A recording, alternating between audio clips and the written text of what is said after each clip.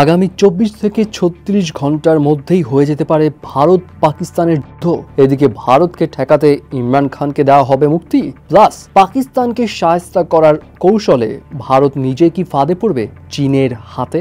ভারত পাকিস্তানের এই দ্বন্দ্বে এমন কিছু তথ্য সামনে আসলো এবার, যেগুলো আসলেই বেশ অ্যালার্মিং।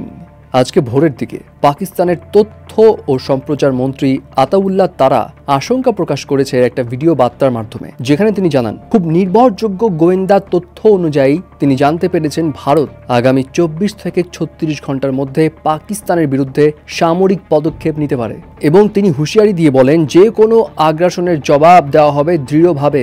এর ফলে উপমহাদেশে যে কোনো ধরনের মারাত্মক পরিণতির দায়ভার থাকবে ভারতের উপর। অপরদিকে মঙ্গলবার সন্ধ্যায় নয়াদিল্লিতে নিজ বাসভবনে ভারতের প্রধানমন্ত্রী নরেন্দ্র মোদী উচ্চ পর্যায়ে 3 বাহিনীর সঙ্গে বৈঠক করেন, এবং মিডিয়া রিপোর্টস থেকে জানা যায় বৈঠকে মোদী বলেন সশস্ত্র বাহিনীকে হামলার পূর্ণ স্বাধীনতা দেওয়া হয়েছে, কোথায় কখন এবং কিভাবে জবাব দিতে হবে সে সিদ্ধান্ত নিবে সেনাবাহিনী নিজেই। মানে সিচুয়েশন এখন এমন যে কোনো সময় বড় ধরনের সংঘাতে জড়াতে পারে দুই দেশ, এবং এই অবস্থায় পাকিস্তানের যে কোনো স্ট্র্যাটেজিক মিটিংয়ে বা যে কোনো কৌশলগত সিদ্ধান্তে ইমরান খানকে অ্যাড করার জন্য অনেক রাজনৈতিক ব্যক্তিরা দাবি জানাচ্ছে। তাদের কথা, পাকিস্তান যে এখন এক রাজনৈতিক মতাদর্শ ভুলে তারা যে একসাথে কাজ করবে এই অ্যাকশনের বিরুদ্ধে, সেটা পুরো বিশ্বকে বুঝিয়ে দিতে হবে। এই কারণে ইমরান খানকে এখন জেল থেকে মুক্তি দেওয়া খুব দরকার। এছাড়া আরেকটা ইনফরমেশন হচ্ছে, পাকিস্তানের সেনাবাহিনীর সঙ্গে সাধারণ জনগণের যেটা দূরত্ব ছিল সেটাও কিন্তু এখন ধীরে ধীরে কমছে।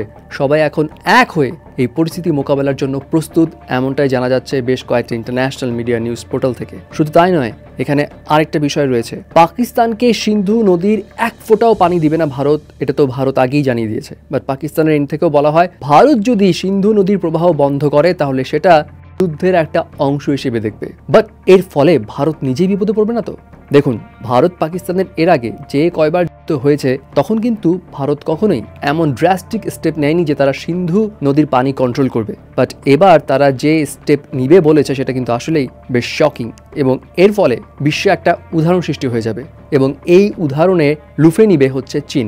ভারত যদি এই কাজ করে, সিন্ধু নদীর পানি যদি বন্ধ করে দেয়, তাহলে চীন এইটাকে উদাহরণ হিসেবে নিয়ে ব্রহ্মপুত্র নদীর পানি নিজের প্রয়োজনে কন্ট্রোল করবে কিংবা বন্ধ করে দিবে। এর ফলে ভারত নিজেই কিন্তু ফাঁদে পড়বে, কারণ ভারতের 7 সিস্টার্সের লাইফ লাইন এই ব্রহ্মপুত্র নদের পানি। শুধু তাই নয়, ভারতের জলবিদ্যুতের 44% উৎপাদন হয় এই ব্রহ্মপুত্র থেকে আসা পানি দিয়ে, এবং 30% স্বাদু পানি আসে এই ব্রহ্মপুত্র নদী দিয়ে। তো বুঝতেই পারছেন, চীন যদি ভারতের এই স্টেপ দেখে তারাও যদি বলে হ্যাঁ তাহলে আমরাও করব, ভারত করতে পারলে আমরা কেন করব না, তাহলে ভারত কত বড় মুসিবতে পড়বে। শুধু ভারত নয়, বাংলাদেশও কিন্তু বিপদে পড়বে, কারণ ব্রহ্মপুত্র নদীর পানি খুব গুরুত্বপূর্ণ একটা রোল প্লে করে বাংলাদেশের ক্ষেত্রেও। সবকিছু মিলিয়ে সিচুয়েশন এখন আসলেই বেশ উত্তেজনাময়। তো দেখা যাক পরিস্থিতি আসলে কোন দিকে যায়।